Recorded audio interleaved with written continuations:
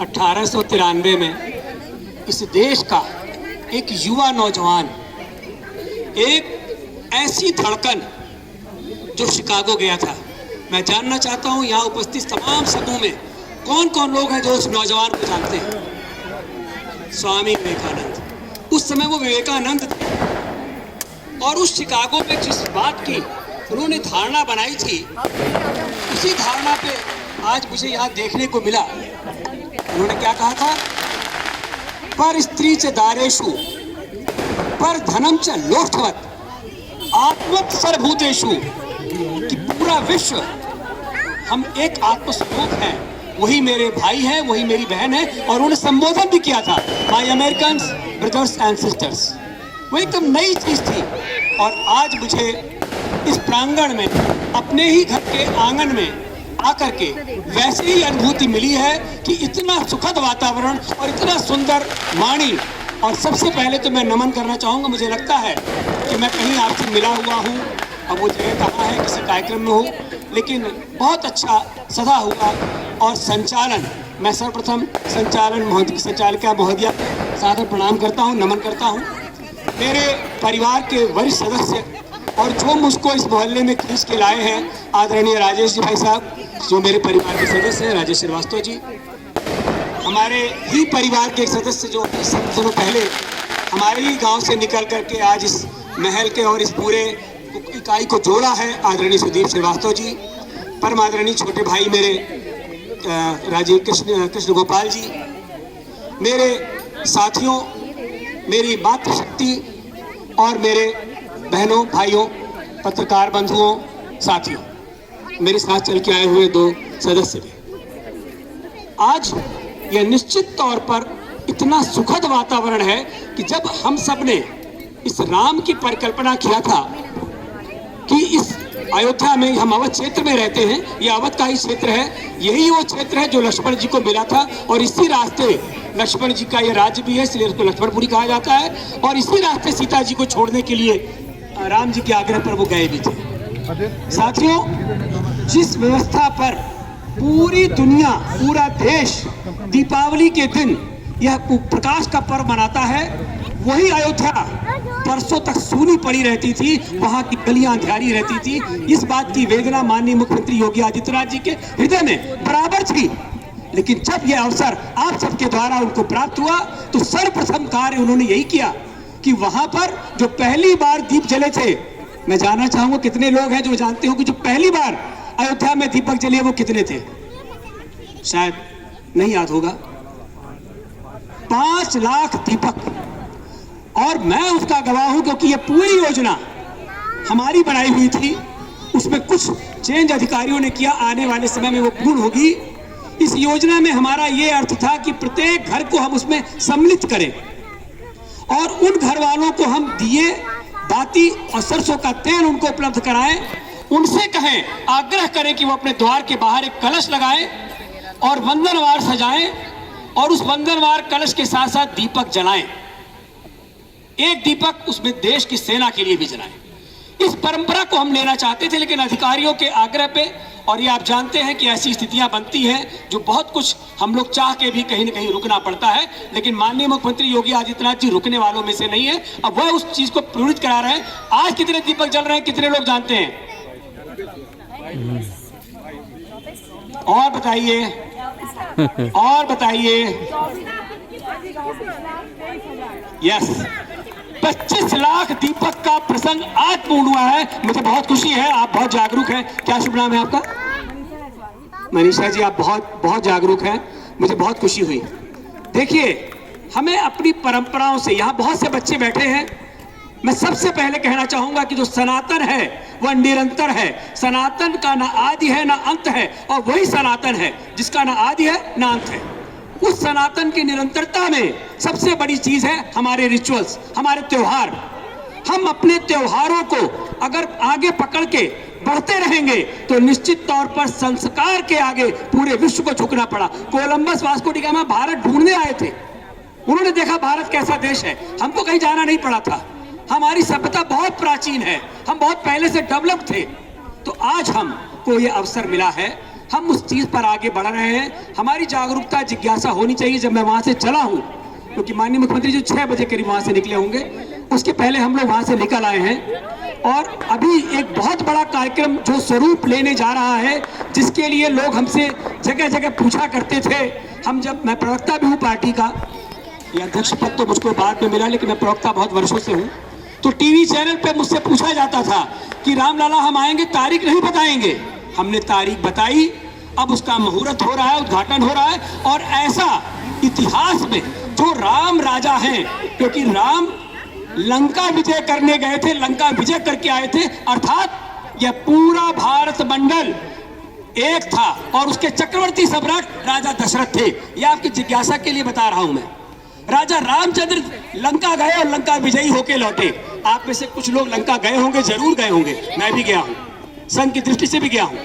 जो मैंने वहां देखा है, मैं वो 2 बातें आपको शेयर कर रहा हूं। लंका में मैंने ये देखा कि वहां पर एक भी मूर्ति भगवान राम की नहीं है, क्योंकि वहां के ये लोग मानते हैं कि इन्होंने हमारे राजा का वध किया था।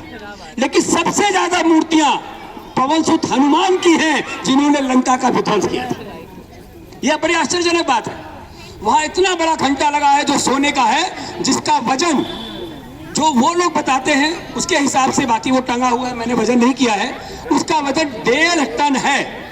और 1.5 टन के वजन के घंटे को, सोने का जो घंटा है, उसका नाद वर्ष में 2 बार वो लोग करते हैं। माता सीता की वो शिला है, माता सीता के मंदिर है। सबसे ज्यादा मंदिर विभीषण के हैं और विभीषण के साथ भगवान राम के हैं। लक्ष्मण जी के भी मंदिर हैं, लेकिन राम का मंदिर नहीं है। ये उनका देश प्रेम है। आपको यही बताना चाहूंगा कि जब मोहम्मद गौरी, जिसने 5 बार आक्रमण किया और वह सोमनाथ मंदिर को लूट चुका था, सारा सामान लूट के जा रहा था, उस समय वहां के पुजारियों ने हाथ जोड़ करके मोहम्मद गौरी से आग्रह किया कि हमारे पास बहुत स्वर्ण है, हम तुमको और स्वर्ण दे देंगे, लेकिन हमारी जान बख्श दो और ये जो मूर्ति है भगवान की, प्रभु की, ये जो शिलाखंड है, इसको बख्श दो। उस मोहम्मद गौरी ने कहा, ये आप सब याद रखिएगा, उस मोहम्मद गौरी ने जो कहा वो बहुत महत्वपूर्ण है।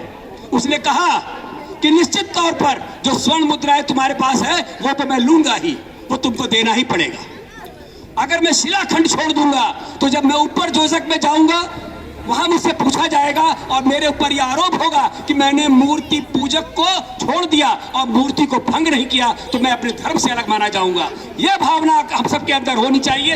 वो इतना बदमाश लुटेरा भी था, लेकिन उसका भाव बड़ा था कि वो अपने धर्म के लिए कृतज्ञ था। हम कृतज्ञ होते जा रहे थे, हम छोड़ते जा रहे थे। मैं इतना प्रसन्न हूं, इतना अभिभूत हूं यहाँ आके कि आदरणीय सुदीप जी और यहाँ के सभी नगरवासी, सभी मोहल्लावासी उसके लिए धन्य है। मैं आप सबको साधुवाद देता हूं, धन्यवाद देता हूं, बधाई देता हूं। उसके निश्चित तौर पर आप बधाई के पात्र हैं कि एक समूह में, एक परिवार के रूप में हम सब इस आयोजन को कर रहे हैं और हमें सिर्फ अपने संस्कार को पकड़े रहना है।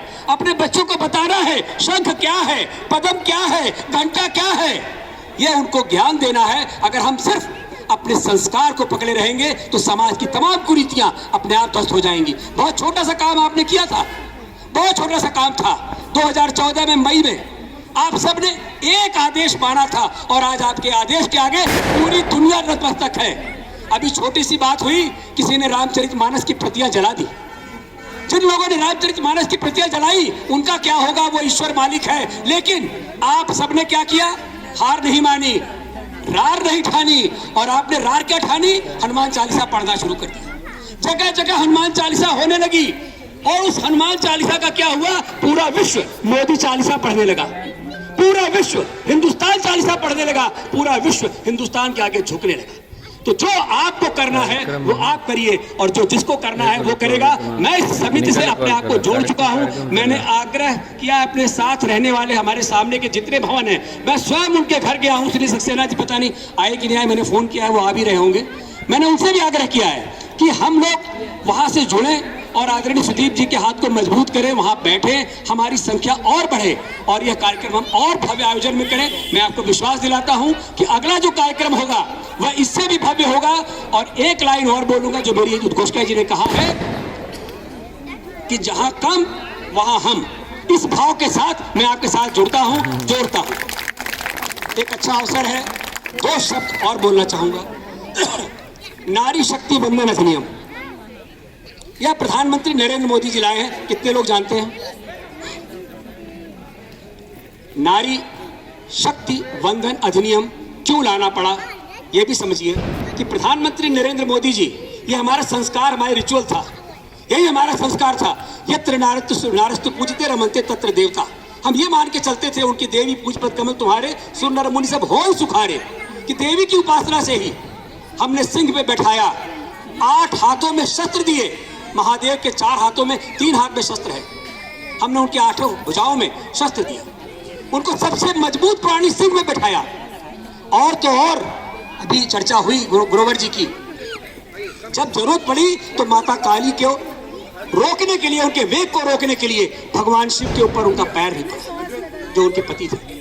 तो ये जो स्थिति थी वह हमारे यहाँ नारियों की थी, हमारे यहाँ पूजन होता था उनका, उस रिचुअल को तोड़ने के लिए, क्योंकि बहुत आक्रमणकारी हमारे आए हैं, चाहे मुगल आए, उसके बाद अंग्रेजियत आए, क्रिश्चियनिटी आई, लेकिन हम भाग्यशाली हैं, हमारे पूर्वज मजबूत थे, जिन्होंने ना वो तलवार से डरे, ना वो पैसे पे बिके, आज हम हिंदू हैं। तो आप भी ये एहसास करिए, मैं आप सबसे कहूँगा, हर व्यक्ति को ये एहसास करना चाहिए कि वह समाज का बहुत महत्वपूर्ण व्यक्ति है, वह बहुत महत्वपूर्ण कार्य के लिए इस धरती पर आया है, और उसको जिसने भेजा है वो जब तक वो महत्वपूर्ण कार्य उससे नहीं करा लेगा, तब तक वह उसको यहाँ घुमाता रहेगा, उससे वो काम कराएगा। अपनी खिड़की और दरवाजों को खुला रखिए, मस्तिष्क को खुला रखिए, सोचते रहिए, वो वेव आप तक आती रहे कि आप यहाँ किस कार्य के लिए आए हैं, आपकी महत्ता तभी साबित होगी। और नारी शक्ति वंदन अधिनियम प्रधानमंत्री जी लाए, सबसे पहले वो नारा दिया उन्होंने, पहला नारा बेटी बचाओ बेटी पढ़ाओ का था। और बेटी पढ़ाओ बेटी बचाओ के नारे से क्या हुआ, जो भ्रूण हत्या थी, वो भ्रूण हत्या, आपको मालूम होगा अनुपात में बहुत बड़ा अंतर आ गया था। मैं पिछली बैठक में था, एक बहन जी बैठी थी उस बैठक में, शायद नहीं दिख रही है अभी, उन्होंने मुझे बताया था कि 750 का अंतर था, 777 लड़की 1000 लड़कियों पर उपस्थित थी, 1000 लड़कों पर 777, वह आंकड़े गिर रहे थे, नित्य भ्रूण हत्याएं हो रही थी, और जगह जगह चिकित्सक भ्रूण हत्याएं कर रहे थे, लोग अल्ट्रासाउंड करा के पहले जान लेते थे कि पुत्र है कि पुत्री। तो जो ये स्थिति पैदा हुई थी, आज मैं बड़े गर्व से कह रहा हूं कि अनुपात सुधर गया है।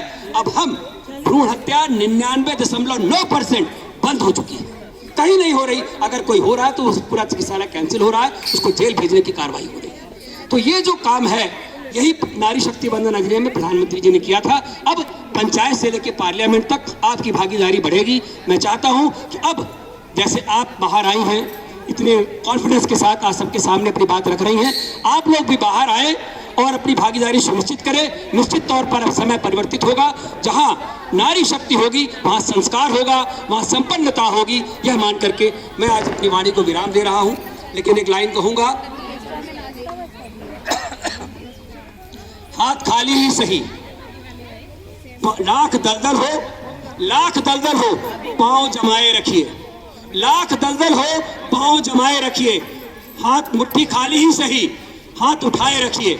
और साथियों, जो समय अनुकूल होगा, परिस्थितियां बदलने के लिए कहीं आपको बाहर जाने की जरूरत नहीं है, परिस्थितियां अपने आप बदलेंगी, बस आपको अपने साथ, हम सबको एक साथ लेके चलने की जरूरत है। मैं अपनी वाणी को विराम देता हूं। आज का अवसर है एक उत्साह मनाने का, उत्साह के साथ हम आतिशबाजी का भी मजा लेंगे, दीपक भी जलाएंगे, और जो दीप प्रज्वलन एक साथ होना चाहिए था अवध में, आज यहाँ हो रहा है, जो वहाँ हुआ वो यहाँ भी हो रहा है। मुझे बहुत खुशी है, यही हमें सबको में करना चाहिए। आगे से मैं जुड़ा रहूंगा। जय हिंद, जय भारत।